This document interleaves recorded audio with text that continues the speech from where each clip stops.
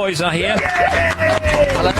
You know, and the Pet Shop Boys are Neil Tennant and Chris Lowe. Did you know that? I did know that, yeah. Yeah. Now, you know, it's a bit embarrassing, isn't it? You say that the title of that single, I'm With Stupid, and that's obviously the idea of it. You're just putting that into...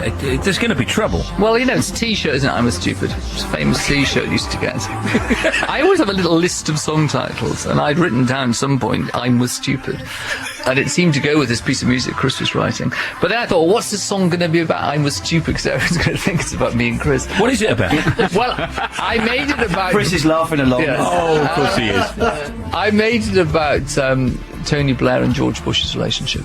That, you know, when Bush became president, I'm sure Blair must have been completely horrified that Al Gore wasn't the president. But the song is a bit more subtle than that, because it says in the middle, is stupid really stupid or a different kind of smart?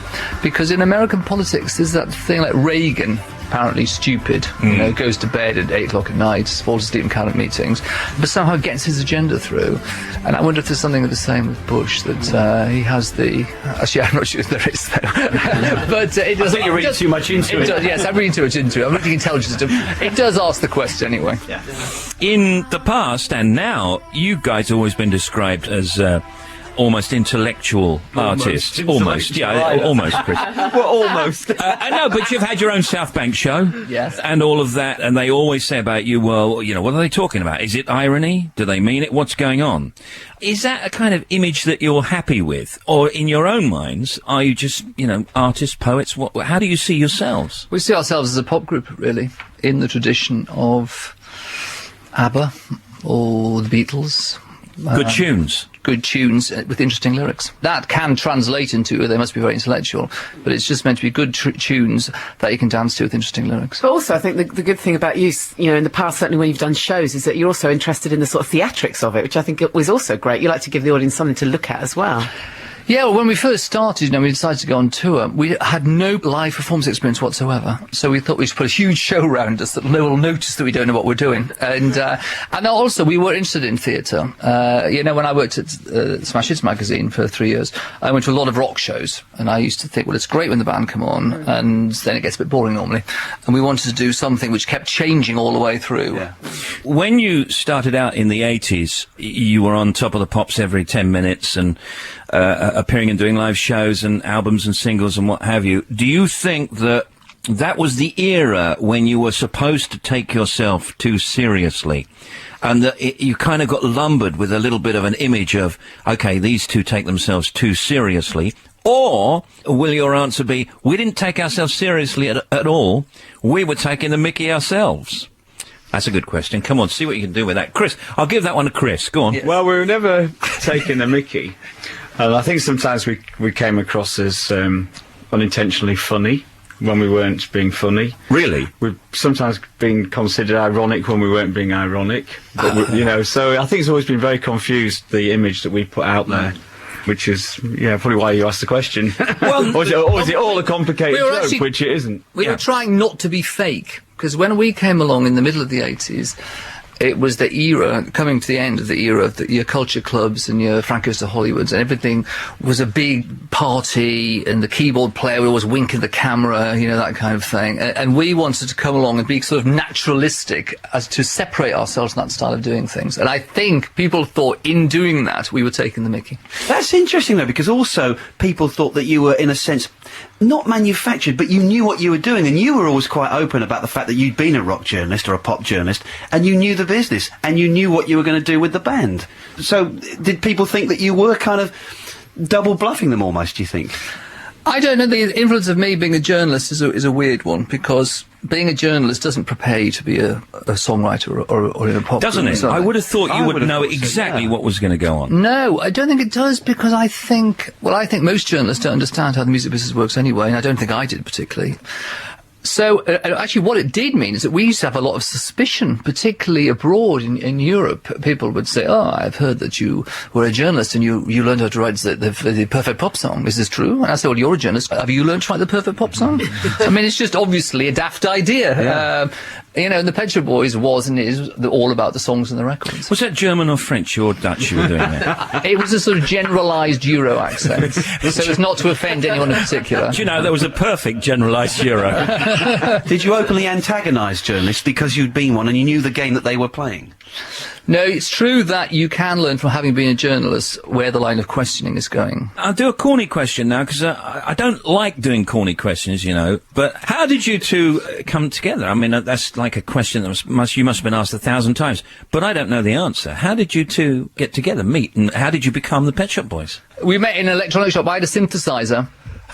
And to play a synthesizer through a 1970s stereo, which is what I had in 1980, I had to have a jack-to-jack plug made. Oh, of course you did. We all had jack-to-jack plugs. In fact, it was, you know, you got the other ones, you got the ones with 2 plugs. Was you it got a to 5-pin jack at the din? back. No, I don't remember. And I'm not a very technical person. Cannon. It was a hell of a I din. bet a cannon. Anyway, so Chris sorted out your jack plugs? No, he didn't. He just he lived around the corner, he happened to come in the shop, and I was hanging around while they made this for me, and we started talking and about music and synthesised and stuff. It was fate. It was But fate. what were you doing right before? What were you... I was window working on? shopping, of course. No, but what No, you were working as an architect. Oh, was I doing at the time? Oh.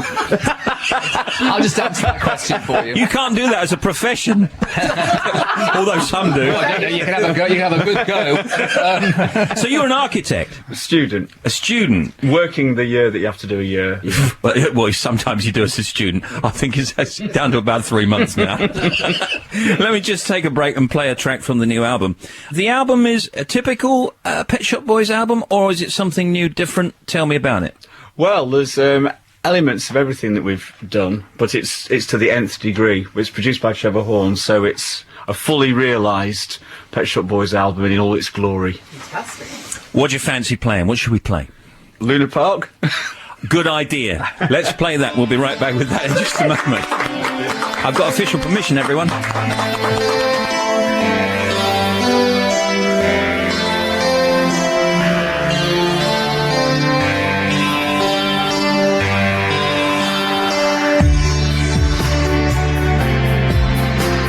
New album. The album is called, Fundamental. and that was a lovely track called...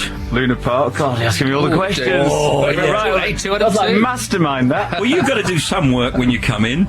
So, very Pet Shop Boys, you know, the arrangements, Neil is in there. I mean, you've reached that spot, haven't you? And you reached it quite early where people think, oh, that's a Pet Shop Boys record. It must be very gratifying, that, to know that you can open your mouth after 5 seconds, everyone knows it's a Pet Shop Boys record. Yeah, I think it's probably because of the voice. It's quite a distinctive pop voice. And also there's a combination of instruments. I mean, I think that track there, it's a development of our sound. But it's got the strings, and it's got the sort of moodiness that West End Girls maybe has.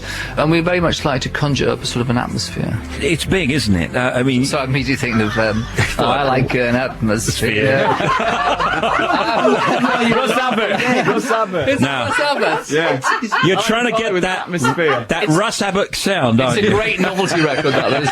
I like an atmosphere. It's the Russ Abbott mix. That'll be in the Anyway. papers tomorrow. We are striving for the Russ Abbott mix. Exactly. Who are you influenced by? Yeah. Russ, of course. But it's a big sound. It's an international sound. Is it a bit influenced by the kind of Euro, the German, Belgian thing of the 70s, 80s? Would you say? I think when we started, we were influenced by like Italian electronic music and a bit of French. And then, you know, in the 80s, there was a big Euro sound, wasn't there? Which I think we were part of. I think we helped to create it. And I think it's the mixture of having a nice melody with a dance beat underneath it. I think that's what you really think of as Euro. That's your secret, I think, getting that melody, going right back to the early stuff. I mean, Love Comes Quickly. I mean, it's got a lot of energy, but it's got a fantastic melody as well. Yeah, I and it's love got all a sense of pathos about it, but you can still dance to it. You know, it's trying to sort of reconcile opposites in a way. Was that difficult to do? I mean, serious question, to get that kind of emotion and pathos with electronic music? Because I don't think it had been done before you guys tried to do it. It happened naturally with us. I think it was literally the combination of Chris and I working together. But when did you know you had that combination, and when did you know that it worked? Was that from the early days, straight away? No, it took a Come on, Chris, answer a question. No, Don't yeah, try To think, when did the magic happen? It's the Russ Abbott years.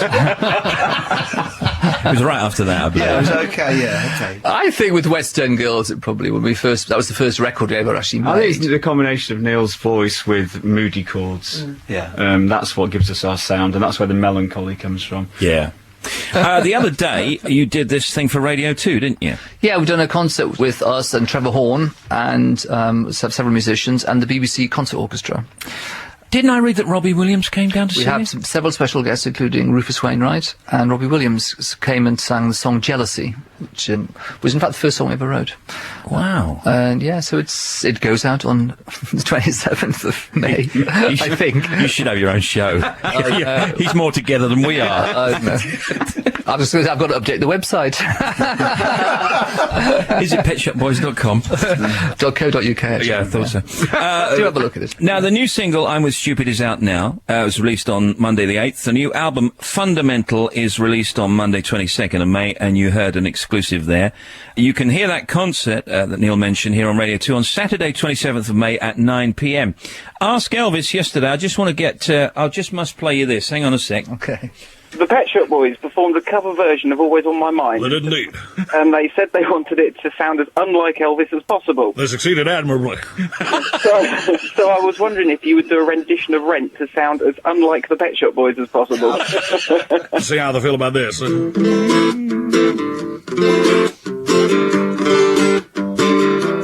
got that weird spoken bit at the top. You dress me up. I'm your puppet. You buy the things. I love it. You bring the food. Damn, I need it.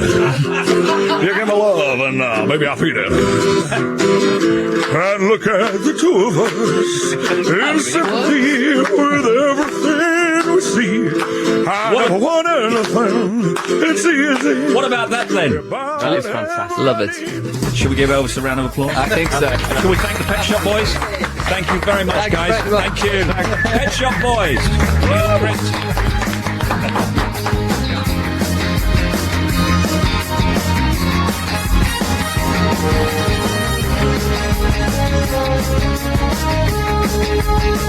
14-4. I've got the big quiz coming next.